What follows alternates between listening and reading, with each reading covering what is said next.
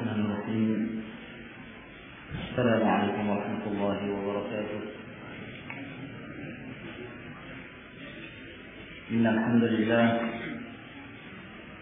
نحمده ونستعينه ونستغفره ونعوذ بالله من شرور أنفسنا ومن سيئات أعمالنا. من يهده الله فلا مضل له ومن يضلل فلا هادي له، وأشهد أن لا إله إلا الله وحده لا شريك له،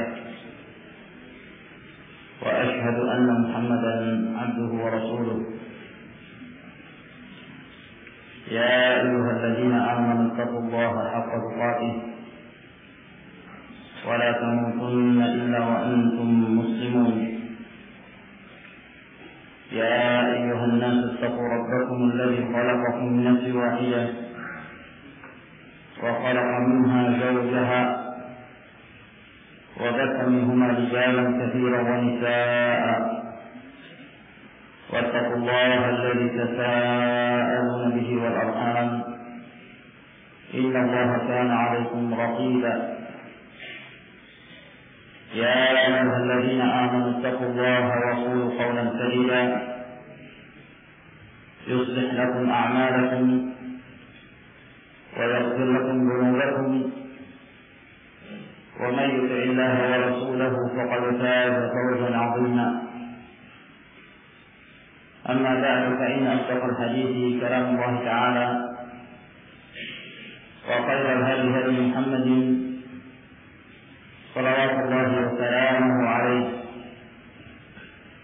وشر الأمور محدثاتها، فإن كل محدثة بدعة، وكل بدعة ضلالة، وكل ضلالة في النار.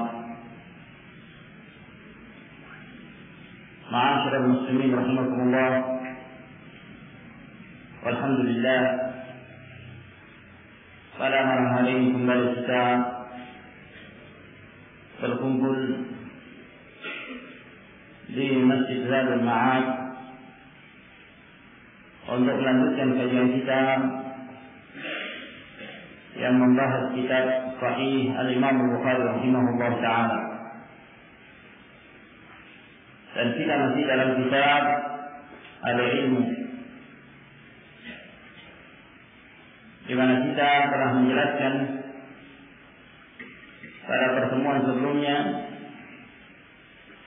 hadis yang diriwayatkan oleh Ibnu Abbas radhiyallahu ta'ala anhuma. Hadis yang panjang yang menjelaskan tentang kisah perjalanan Nabiullah Musa alaihi salam dalam rihlah menuntut ilmu, mengambil ilmu dari seorang hamba Allah, seorang Nabiullah Al-Khadir alaihi salam. Dan telah kita sebutkan beberapa faedah yang penting dari hadis tersebut, sehingga pada malam hari ini insyaallah ta'ala kita berpindah ke bab yang berikutnya. Berkata Imam Abu Abdullah Muhammad bin Ismail bin Ibrahim ibn Mughirah bin Bardizbah Al-Ju'fi maulahu Al-Bukhari rahimahullah ta'ala. Bab man sa'ala wa huwa qa'imun 'aliman jalisa. Bab tentang seseorang yang bertanya wa huwa qa'imun, dalam keadaan si penanya ini berdiri. Dia bertanya kepada aliman jalisa, kepada seorang alim yang sedang duduk. Jadi yang bertanya dalam keadaan berdiri. Penyebutan bahwa qaim di sini adalah jumlah hadiyah kalimat yang menunjukkan hal keadaan seorang yang bertanya, bahwa dia bertanya dalam keadaan berdiri. Sedangkan aliman ini maf'ul, objek dari sa'ala, jalisan adalah sifat dari alim. Maka di sini Imam Al-Bukhari rahimahullah taala beliau menyebutkan bab tentang seseorang yang bertanya dalam keadaan berdiri, sementara yang ditanya yaitu seorang alim atau seorang mufti atau yang semisalnya dalam keadaan duduk. Apakah yang demikian diperbolehkan? Dan dari duduk ini dan dikuatkan dengan hadis yang akan disebutkan oleh Imam Al-Bukhari rahimahullah taala mengisyaratkan bahwa yang demikian adalah perkara yang diperbolehkan. Seorang yang bertanya dalam keadaan berdiri, yang ditanya dalam keadaan duduk.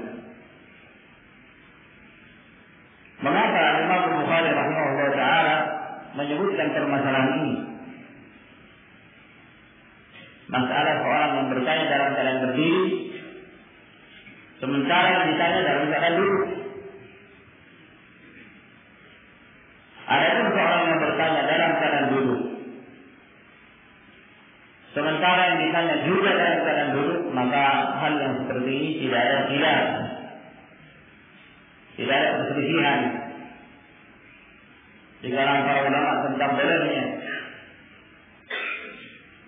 Atau yang bertanya dalam keadaan berdiri dan yang ditanya juga dalam keadaan berdiri. Keadaan yang kedua ini juga tidak ada perselisihan di kalangan para ulama tentang bolehnya. Dalil yang menunjukkan diperbolehkannya hadis Al-A'rabi, seorang bedui yang datang pada hari Jumat ketika Rasulullah sallallahu alaihi wasallam sedang berkhutbah, dan khutbah Rasulullah alaihi wasallam dalam keadaan berdiri. Maka dia meminta kepada Rasulullah alaihi wasallam agar meminta hujan kepada Allah Subhanahu wa taala.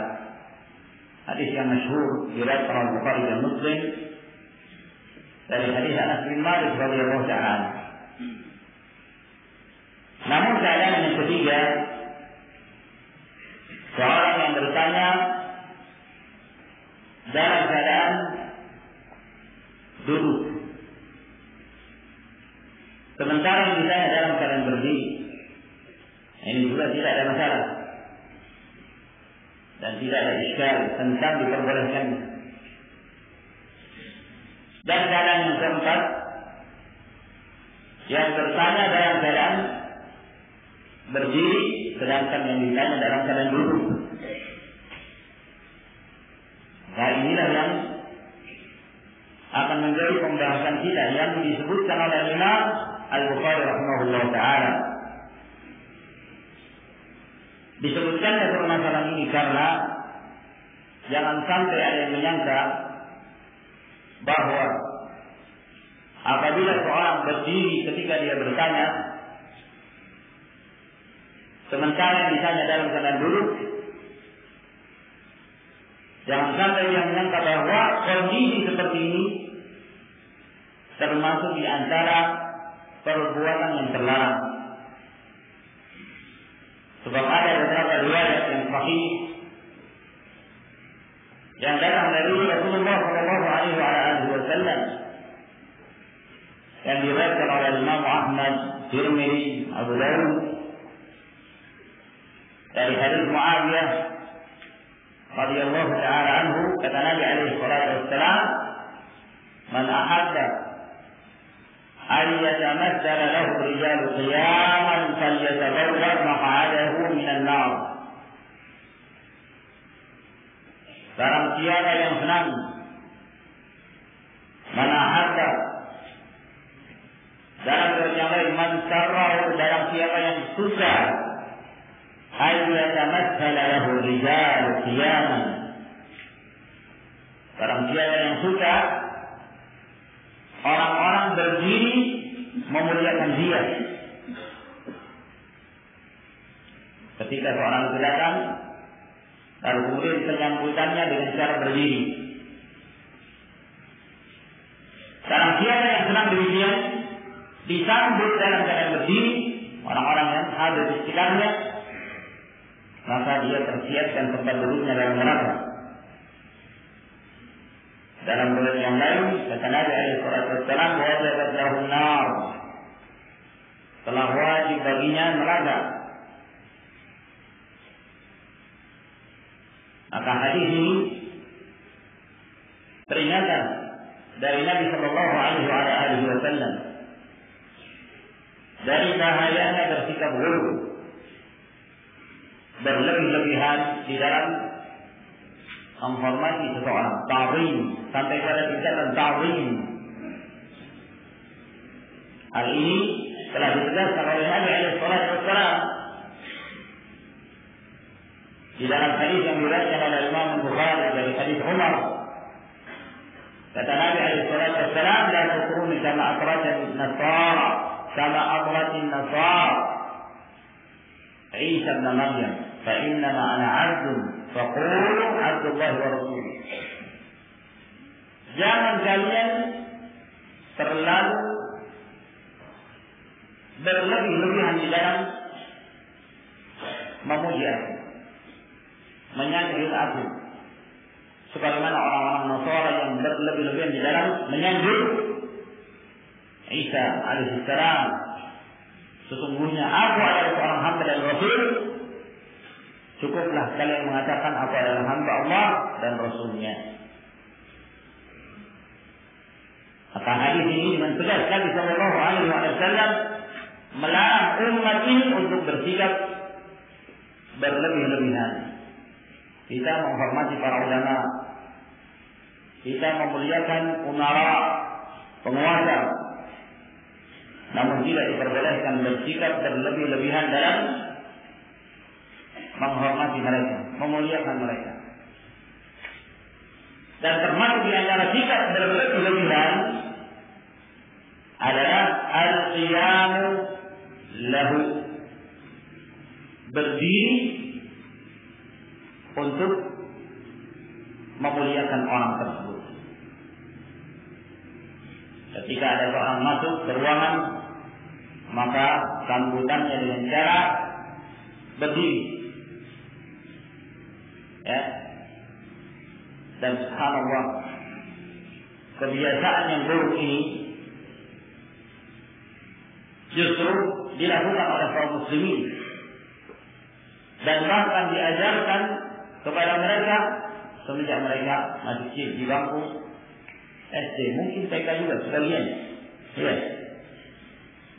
Diajarkan ketika gurunya masuk, maka mereka pun melakukan penyambutan kepada gurunya dengan cara berdiri, perintahkan semuanya berdiri sebagai penghormatan kepada sang guru.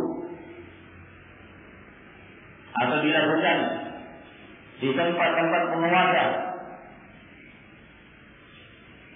dari kalangan para pejabat, ketika ada seorang petinggi masuk ke ruangannya, maka disambut dengan cara berdiri sebagai bentuk penghormatan. Maka ini termasuk di antara perbuatan dosa besar yang diperingatkan oleh Rasulullah sallallahu alaihi wasallam. Oleh karena itu, para ulama mereka sangat tidak suka apabila ada seorang datang lalu kemudian mereka melakukan penyambutan dengan cara berdiri untuk menyambutnya. Satu ketika Umar bin Abdul Aziz rahimahullah ta'ala keluar, lalu kemudian di luar itu telah menunggu penjaga-penjaga, pengawal-pengawal Umar bin Abdul Aziz, karena dia seorang khalifah. pada saat Umar bin Abdul Aziz keluar dan mereka menunggu pada hari Jumat, falamma ra'aynahu qumna, kata yang meriwayatkan ini yang dia juga termasuk di antara pengawalnya, ketika kami melihat Umar bin Abdul Aziz kami pun berdiri. Nah, berdiri sebagai bentuk penghormatan kepada Umar. Kata Umar radhiyallahu taala anhu, "Idza ra'aytumuni fala taqumu walakin tawassalu." Apabila kalian melihat aku, jangan kalian berdiri. Jangan kalian berdiri. Namun berlapang-lapanglah kalian. Nah, ini berlapang, berikan kesempatan. Apabila di situ ada stop, maka berikan kesempatan bagi Umar untuk masuk ke dalam stop tersebut. Adapun berdiri, jangan. Biarkan kalian pada tempat kalian. Sebab berdiri melakukan penyambutan pada seorang yang memiliki kemuliaan, seorang penguasa atau yang semisalnya, termasuk di antara sikap berlebih-lebihan di dalam memuliakan tersebut, dan termasuk di antara kebiasaan orang-orang kafir. Termasuk di antara kebiasaan orang-orang kafir. Bahkan di antara mereka ada yang berdiri dan terus berdiri sampai penguasa ini duduk, dan mereka tidak duduk sampai penguasa tersebut duduk. Setelah duduk dan mendapatkan perintah untuk duduk, barulah mereka duduk. Kalau tidak, ya tetap saja mereka berdiri. Ini tidak diperbolehkan. Bahkan Al-Imam Malik rahimahullah ta'ala, beliau ditanya tentang seorang istri yang menyambut suaminya pulang, datang ke rumah. Lalu kemudian dia melakukan penyambutan, dia menemui suaminya dan dia melepaskan pakaiannya, dan bahkan istri ini tidak duduk sampai suaminya duduk. Tidak duduk sampai suaminya duduk. Kata Imam Malik rahimahullah ta'ala, amma talaqqi fayalaka. Adapun kalau sudah mendatangi, menemui suami, menjemput suami, tidak mengapa, silakan. Ya. Wa amma qiyam hatta yajlis salat. Adapun berdiri terus sampai suaminya itu duduk, maka yang demikian tidak diperbolehkan. Fa inna hadza fi'lul jababirah. Ini adalah perbuatannya orang-orang yang sombong. Oleh karena itu Umar bin Abdul Aziz mengingkarinya. Imam Malik menukil dari Umar bin Abdul Aziz rahimahullah ta'ala. Maka ini ma'asyar rahimahullah, perlu kita paham perbedaan antara al-qiyamu lahu dan al-qiyamu ilaihi. Al-qiyamu lahu, yang dimaksud al-qiyamu lahu, seseorang berdiri sebagai bentuk penghormatan dan memuliakan seseorang yang datang. Nah, ini yang disebut al-qiyam lahu, dan ini yang dilarang oleh Nabi sallallahu alaihi wasallam. Namun yang diperbolehkan adalah jenis yang kedua, al-qiyam ilaihi, yaitu berdiri untuk menyambut seseorang sebagai tamu misalnya. Maka dia menyambut orang tersebut karena dia sebagai tamunya, termasuk di antara ikramul dhaif, memuliakan tamu, dan memuliakan tamu termasuk di antara syariat Islam. Wa man kana yu'minu billahi wal yawmil akhir falyukrim dhaifahu. Hendaknya dia memuliakan tamu, dia akan beriman kepada Allah dan hari akhir, hendaknya dia memuliakan tamu. Dan di antara bentuk berikan kemuliaan kepada tamu adalah menjemputnya. Ketika ada seorang datang, bukanlah satu akhlak yang baik penghuni rumah duduk saja. Ya, tamunya datang, suruh masuk. Kenapa tidak berdiri menyambutnya? Katanya nggak boleh. Oh keliru, Anda salah dalam memahami hadis Nabi Sallallahu Alaihi Wasallam.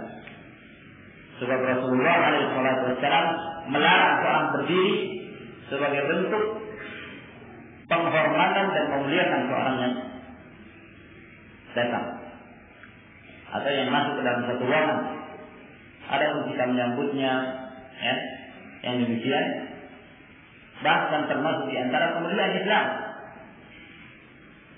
Oleh karena itu Rasulullah SAW ketika Sa'ad bin Mu'adz radhiyallahu ta'ala anhu dalam peristiwa Banu Quraidah, Sa'ad bin Mu'adz yang diangkat oleh Nabi SAW untuk menetapkan keputusan dalam menyikapi orang-orang Banu Quraidah, salah satu kabilah Yahudi.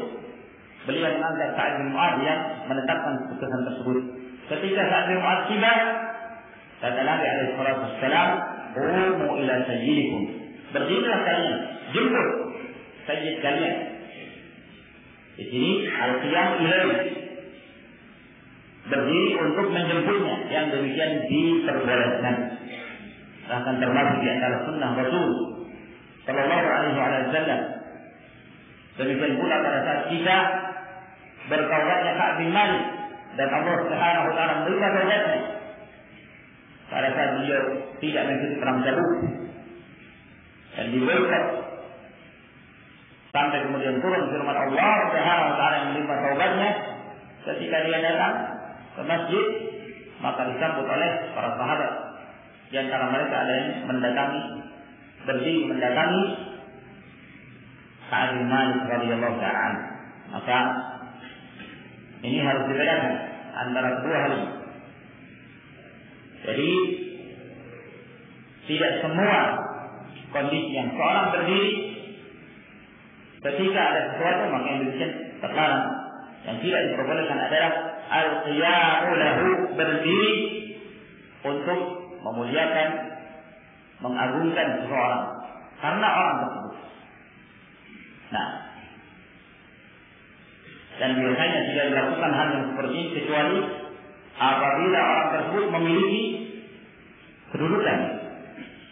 Apakah dari sisi kedudukan pemerintahan, dia sebagai penguasa atau yang semisalnya, atau sebagai mereka yang berlebih-lebihan dalam menyikapi gurunya, dalam mencari syekhnya, seperti yang biasa dilakukan oleh para sufiyin yang berlebih-lebihan dalam menyikapi guru-guru mereka.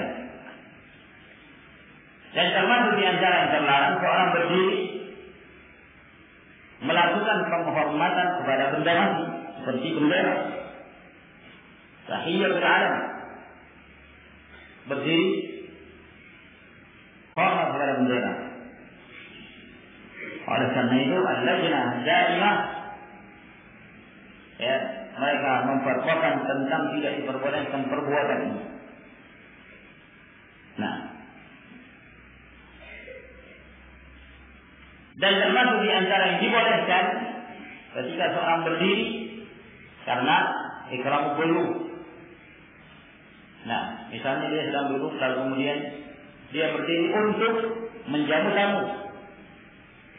Tamu yang sedang duduk, ya, mungkin di situ ada gelasnya yang kosong, perlu diisi, maka yang demikian tidak mengapa. Termasuk di antara yang kita sebutkan tadi ikram qulub, memuliakan para tamu, dan yang demikian diperbolehkan. Dan termasuk pula yang dibolehkan adalah ketika seorang itu bertanya dalam keadaan yang ditanya sedang duduk, dan inilah akan dibahas oleh Al-Imam Al-Bukhari rahimahullah ta'ala. Berkata Imam Al-Bukhari rahimahullah, haddatsana Utsman, telah memberitakan kepada kami Utsman ibnu Abi Syaibah. Utsman ibnu Muhammad ibnu Ibrahim ibnu Utsman. Beliau adalah seorang perawi yang terpercaya, hafiz. Akan tetapi dia memiliki saudara yang dikenal dengan Abu Bakar ibnu Abi Syaibah. Abdullah bin Muhammad dan saudaranya tersebut yaitu Abu Bakar bin Abi Syaibah lebih thiqah, lebih terpercaya. Utsman ini punya dua saudara yang lain, Abu Bakar atau Abdullah dan Al-Qasim. Adapun Qasim seorang perawi yang lemah. Adapun saudara Abu Bakar bin Abi Syaibah, perawi ini lebih terpercaya. Dan dia memiliki kitab Al-Musannaf. Qala akhbarana Jarir. Beliau telah mengabarkan kepada kami Jarir bin Abdul Hamid Al-Dhabbi Abul Hasan Al-Kufi Ar-Razi. Dan beliau juga seorang perawi yang terpercaya, hanya saja pada akhir-akhir usianya terdapat perubahan pada hafalannya. An Mansur dari Mansur bin Mu'tamir, beliau juga berasal dari Kufah. An Abi Wa'il dari Abu Wa'il Syafiq bin Salamah Al-Asadi, beliau juga berasal dari Kufah. An Abi Musa Abdullah bin Qais Al-Asy'ari radhiyallahu ta'ala anhu. Sanad riwayat ini seluruhnya berasal dari Kufah. Qala, beliau berkata, ja'a rajulun ila Nabi sallallahu alaihi wa alihi wa sallam. Ada seorang datang kepada Rasulullah sallallahu alaihi wa alihi wa sallam, faqala, lalu dia pun bertanya, ya Rasulullah, mal qitalu fi sabilillah? Wahai Rasulullah, apakah yang dimaksud berperang di jalan Allah Subhanahu wa ta'ala? Apa yang dimaksud perang di jalan Allah? Fa inna ahadana yuqatilu ghadaba. Sebab salah seorang kami ada yang berperang karena marah. Marah mungkin karena di antara keluarganya yang terbunuh, maka dia pun ikut perang hanya karena marah. Wa yuqatilu hamiyatan, dan di antara kami ada yang berperang karena hamiyah, semangat jahiliyah, fanatik terhadap sukunya, sehingga dia hanya ingin membela sukunya. Karena diperangi sukunya, maka dia juga ikut berperang karena sukunya, karena tanah airnya. Mana yang dimaksud dengan berperang di jalan Allah Subhanahu wa ta'ala? Apakah yang seperti yang disebutkan oleh penanya ini termasuk perang di jalan Allah Subhanahu wa ta'ala? Farafa'a ilaihi ra'sahu. Maka Rasulullah SAW ketika beliau menjawab, beliau mengangkat kepalanya. Gimana mengangkat kepala? Tentu diangkat kepalanya ke atas. Nah, mengapa Rasulullah SAW mengangkat kepalanya? Karena yang bertanya dalam keadaan berdiri. Sebab tidak mungkin beliau mengangkat kepala karena yang ditanya ini berdiri. Oleh karena itu dijelaskan oleh Abu Musa Al-Asy'ari radhiyallahu anhu, qala wa ma rafa'a ilayhi ra'sahu illa annahu kana qa'iman. Dan tidaklah beliau mengangkat kepalanya kepada penanya melainkan yang bertanya tersebut dalam keadaan berdiri. Faqala, maka Rasulullah SAW pun mengatakan, man qatala litakuna kalimatullahi al-ulya fa huwa fi sabilillah azza wa jalla. Barang siapa yang berperang dengan tujuan agar kalimat Allah itulah yang tinggi, yang mulia, maka itulah perang di jalan Allah Azza wa Jalla. Hadis ini adalah hadis yang sahih yang juga diriwayatkan oleh Imam Muslim rahimahullah taala. Maka di dalam hadis ini, hadis Abu Musa al-Asy'ari radhiyallahu ta'ala anhu, ada beberapa permasalahan dan beberapa faedah yang penting untuk kita ambil. Di antara faedah yang terdapat di dalam hadis ini, diperbolehkannya seorang alim yang sedang duduk menjawab pertanyaan seorang penanya yang sedang berdiri. Dan karena itulah Imam Al-Bukhari rahimahullah ta'ala menyebutkan hadis ini di dalam bab ini. Diperbolehkan seorang alim duduk dan menjawab pertanyaan seseorang yang orang ini dalam keadaan berdiri. Dan termasuk di antara yang diperbolehkan pula dalam majelis. Misalnya seorang yang menyampaikan ceramah, seseorang yang mengajar, dia menyuruh salah seorang dari muridnya untuk berdiri. Ya, si fulan berdiri. Lalu ditanya atau dia yang bertanya. Yang demikian diperbolehkan. Dan itulah yang selama ini di majelis para ulama, bahkan di majelis Syekh Muqbil rahimahullah ta'ala, disebabkan karena jumlah murid yang demikian banyak, ribuan orang,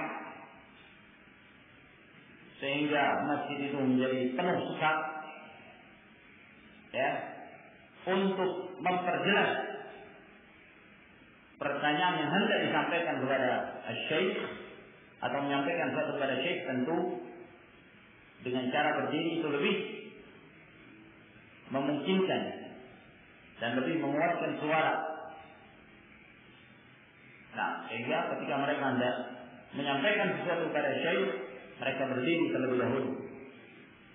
Yang ini diperbolehkan dan tidak termasuk ke dalam hadis yang dilarang oleh Nabi alaihi salatu wassalam.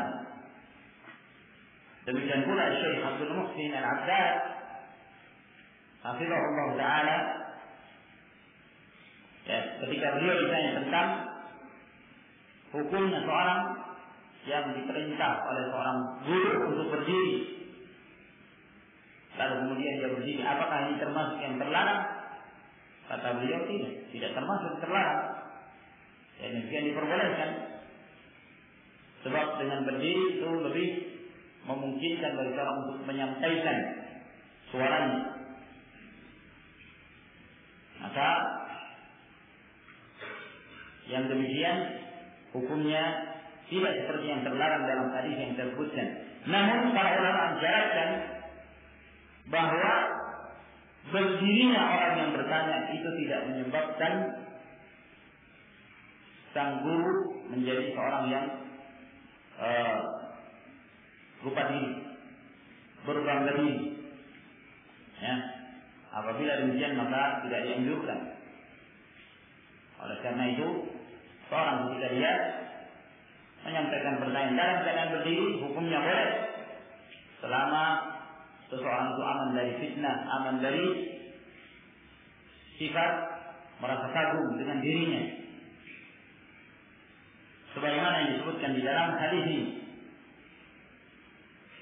Dan di antara faedah dari hadis ini, di mana Rasulullah Shallallahu Alaihi Wasallam menjelaskan bahwa jihad yang hakiki adalah untuk meninggikan kalimat Allah Subhanahu Wa Taala, litakuna kalimatullah yang ulya,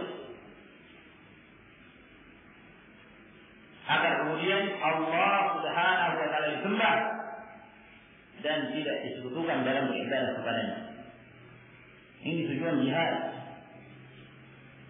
Oleh karena itu,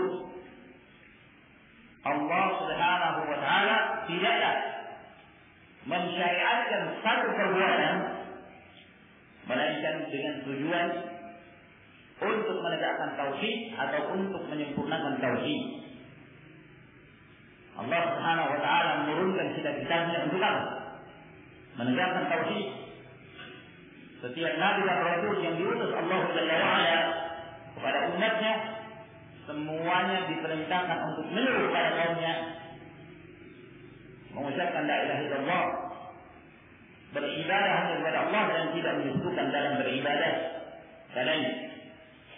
Tidak Allah Subhanahu wa taala mengutus para rasul kecuali dengan tujuan tauhid, litakuna kalimatullah al-ulya. Demikian pula jihad.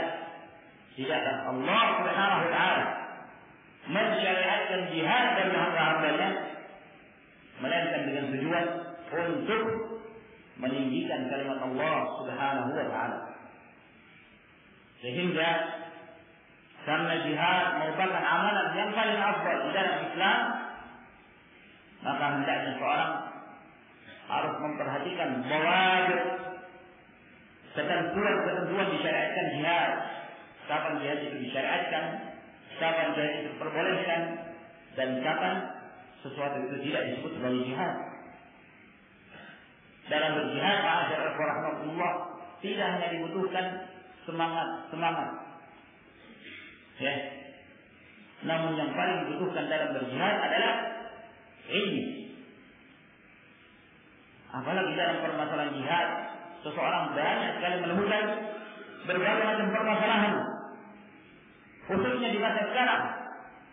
Banyak qadaya asriyah, perkara-perkara kontemporer yang butuh mendapatkan jawaban dari para ulama.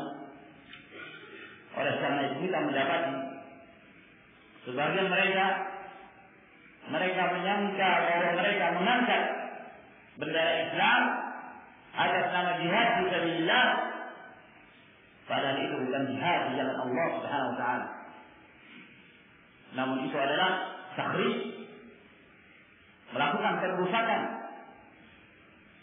melakukan berbagai tindakan-tindakan teror atas nama Islam, dan Islam berlepas diri dari hal-hal yang seperti ini. Apa yang diperbuat oleh Usama bin Laden itu bukan jihad, itu adalah perusakan dan berusaha nama Islam, sehingga di mana-mana kaum muslimin selalu diidentikan dengan teroris. Apabila terlihat seorang muslim ingin berpegang kepada agamanya, menjalankan Islam, menjalankan sunnah Rasul alaihi salatu wassalam, namun disebabkan karena perbuatan Usama bin Laden dan yang semisalnya, sehingga orang semakin takut. Jenggot itu diidentikan dengan terorisme. Ya, tidak Islam diidentikan dengan terorisme. Ketika orang itu rajin datang ke masjid, ditambah lagi orang itu rajin mengikuti pengajian, maka orang-orang bercuriga. Tambah lagi kalau istrinya, anaknya semua pakai cadar. La haula wala quwwata illa billah. Mereka akan menanggung dosanya. Allahul musta'an. Jihad apa yang seperti ini, ma'asyarakat mukmin? Yang terbunuh kaum muslimin, yang terbunuh orang-orang tidak berdosa, lalu mereka masih saja mengatasnamakan Islam, berpenampilan Islam. Kalau penampilan mereka penampilan preman, ya, kemudaratannya lebih ringan, ya, seperti jalan. Meskipun mereka mengaku sebagai muslimin, tapi preman, ya, penampilannya tidak menampakkan penampilan kaum muslimin, pemikirannya sekular dan yang sekitarnya, kecil mudaratnya.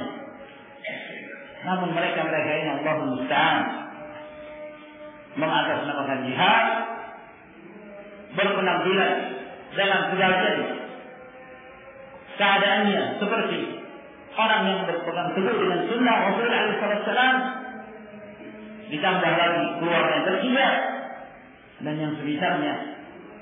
Bahkan mereka sendiri mengaku diri mereka sebagai ahli sunnah, bahkan mereka mengaku sebagai salafi. Musibah. La haula wala quwwata illa billah. Sehingga muncullah ya berbagai persangkaan bahwa Salafi sukanya ngebom, Salafi selalu berbuat teror. Ya, sampai di antara saudara-saudara kita, kawan kita yang berada di sebagian daerah konflik, ya, sempat dicurigai, sempat dibawa dan diperiksa. Allah musta'an. Maka, ma'asyiral rahimakumullah, hendaknya kita berhati-hati dari makar syaitan. Sebab di antara makar syaitan, ketika melihat sebagian mereka senang dengan agama, senang untuk mengamalkan din, mengamalkan agama, maka mereka pun diseret untuk melakukan satu amalan bid'ah dalam keadaan dia menyangka bahwa dia mengamalkan agama tersebut. Maka ini musibah. Bagaimana jalan keluar dan solusi untuk menjauh dari hal-hal yang seperti ini? Kembali kepada ilmu syar'i. Al-iqbal al-ilmu syar'i. Belajar dengan baik. Jangan hanya kagum kepada satu penampilan, kagum terhadap terhidur. Sekedar melihat ada orang, masya Allah, jenggotnya lebat, sudah kagum dia. Ini mesti ahli sunnah. Sebagian demikian. Ya, karena melihat fotonya Osama bin Laden, kelihatan wajahnya kusut gitu. Akhirnya kasihan dia, kurus. Ya. Nah, kasihan. Nah, padahal ini musibah, ma'asyiral rahimakumullah. Begitu banyak dari mereka yang terpengaruh, tidak mengerti. Mereka menyangka bahwa itu Islam, dalam keadaan Islam berlepas diri dari cara-cara teror yang seperti ini. Islam itu adalah agama rahmat. Jihad memiliki fawaid. Nah, ada ketentuan-ketentuan yang harus kita pelajari dengan cara yang syar'i.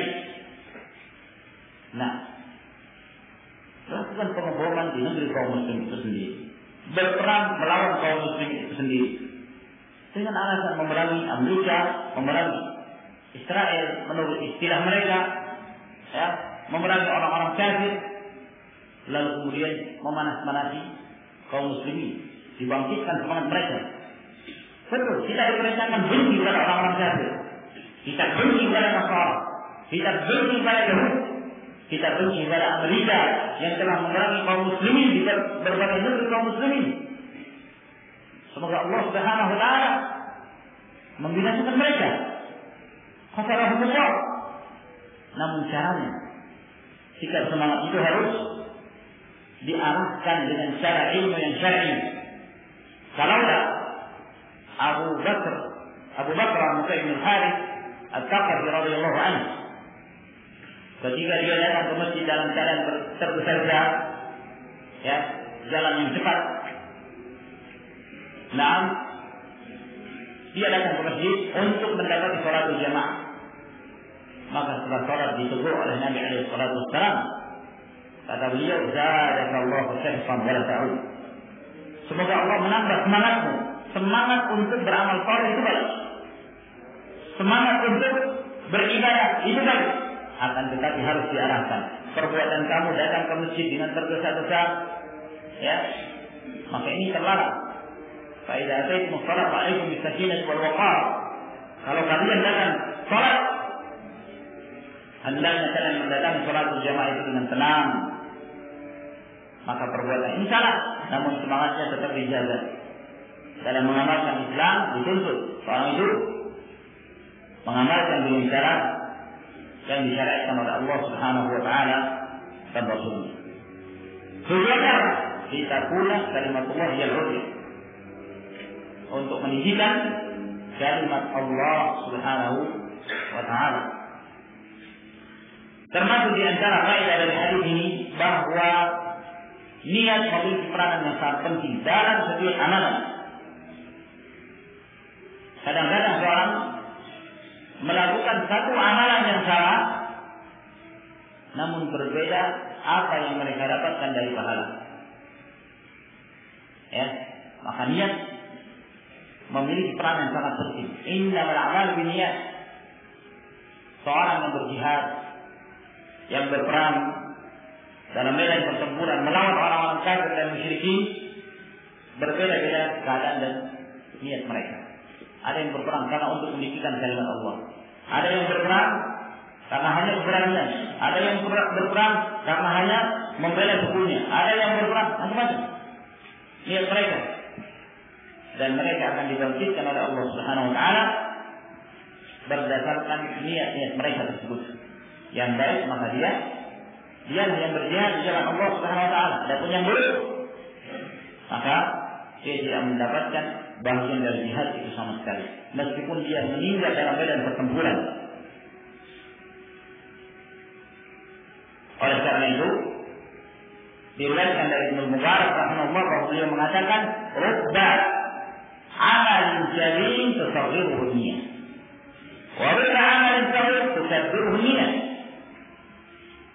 Terkadang ada satu amalan yang besar, amalan mulia, namun menjadi kecil disebabkan karena niatnya. Dan terkadang pula ada satu amalan yang kecil yang menjadi besar, pahalanya besar di sisi Allah Subhanahu wa taala disebabkan karena niatnya. Dan di dalam hadis ini juga kita mendapatkan faedah bahwa dianjurkan bagi seorang yang ditanya, seorang yang ditanya untuk menghadapkan dirinya kepada yang bertanya. Seorang yang ditanya menghadapkan dirinya kepada yang bertanya, dan ini termasuk adab,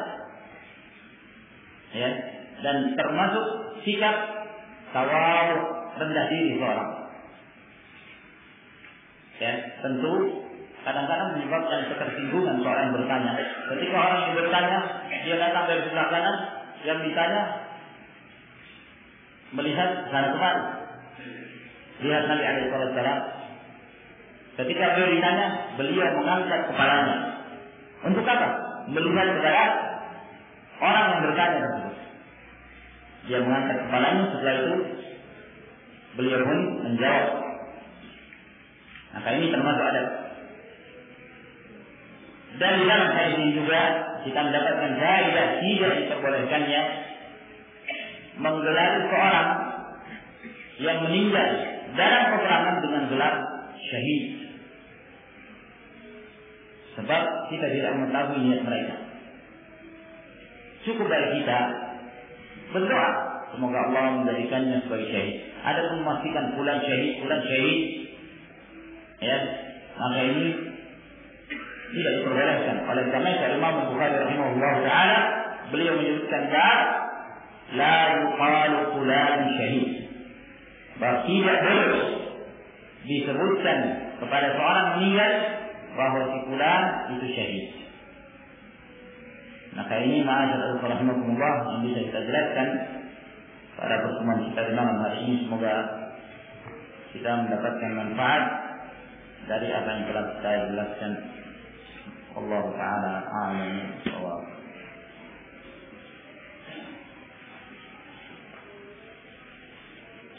Apa hukumnya membaca surah lain setelah kita membaca Al-Fatihah pada rakaat ketiga dan keempat dalam salat sirriyah? Boleh. Diperbolehkan membaca surah lain berdasarkan hadis Abu Qatadah radhiyallahu ta'ala ketika Abu Qatadah menjelaskan tata cara salatnya Rasulullah SAW, salat zuhur dan salat asar. Maka beliau menyebutkan bahwa Nabi SAW mengerjakan 2 rakaat dari rakaat yang pertama dari salat zuhur, beliau memanjangkan bacaannya Al-Fatihah dan 2 surah. Kemudian beliau memendekkan bacaan 2 rakaat yang ketiga dan keempat, setengah dari 2 rakaat yang pertama. Dan beliau mengatakan pada salatul asar pada 2 rakaat yang pertama seperti 2 rakaat terakhirnya salat zuhur. panjangnya seperti 2 rakaat terakhirnya sholat az-zuhur. Sementara beliau ketika membaca 2 rakaat pertama pada sholat al-asr, beliau membaca Al-Fatihah bersama 2 surah. Akan menunjukkan bahwa diperbolehkan kadang-kadang seorang menambah selain dari surah Al-Fatihah, menambah surah pada rakaat ketiga dan keempat. Apa hukumnya kita memenuhi undangan berburu babi? Untuk apa? Ya. Kalau untuk dibunuh karena merusak tanaman, nah, ya boleh saja, perbolehkan untuk menjaga tanaman kaum muslimin, jaga kebun mereka. Nah, tapi kalau maksudnya berburu babi untuk dimakan, untuk diperjualbelikan, maka tidak perbolehkan. Apakah mendapatkan fitnah kubur seorang yang mati di telan ikan? Nah, bagaimanapun kondisi matinya orang, jadi jangan dipahami bahwa fitnah kubur itu kalau seorang mati dikuburkan. Siapa saja yang telah mengalami kematian dengan cara apapun kematiannya, mati di lautan, tubuhnya dimakan oleh ikan, kakinya dimakan ikan hiu, tangannya dimakan ikan paus, kepalanya dimakan oleh ikan pari, dan yang lainnya, sehingga tubuhnya berpencar-pencar, dia tetap merasakan fitnah kubur. Kalau dia mukmin, maka dia merasakan nikmat kubur. Kalau dia seorang yang kafir, maka dia akan merasakan azab kubur. Bolehkah menggugurkan salat Jumat ketika kita dalam keadaan musafir? Boleh. Ya, bahkan ketika seorang sedang melanjutkan perjalanan, lanjutkan perjalanan. Tidak perlu berhenti untuk salat Jumat. Lanjutkan perjalanan. Nah, karena tidak ada kewajiban bagi musafir untuk mengerjakan salat Jumat. Kecuali kalau seorang telah singgah, dia musafir nazil, dia singgah di satu kampung misalnya, lalu kemudian dia mendengarkan panggilan adzan untuk sholat Jumat, maka tidak apa-apa. Boleh baginya mengerjakan sholat Jumat. Kita dalam keadaan di mobil, ya, kalau dalam keadaan di mobil tidak perlu berhenti untuk mengerjakan sholat Jumat. Baik, sampai sini insyaallah. Alhamdulillah, alhamdulillah, Assalamualaikum warahmatullahi wabarakatuh.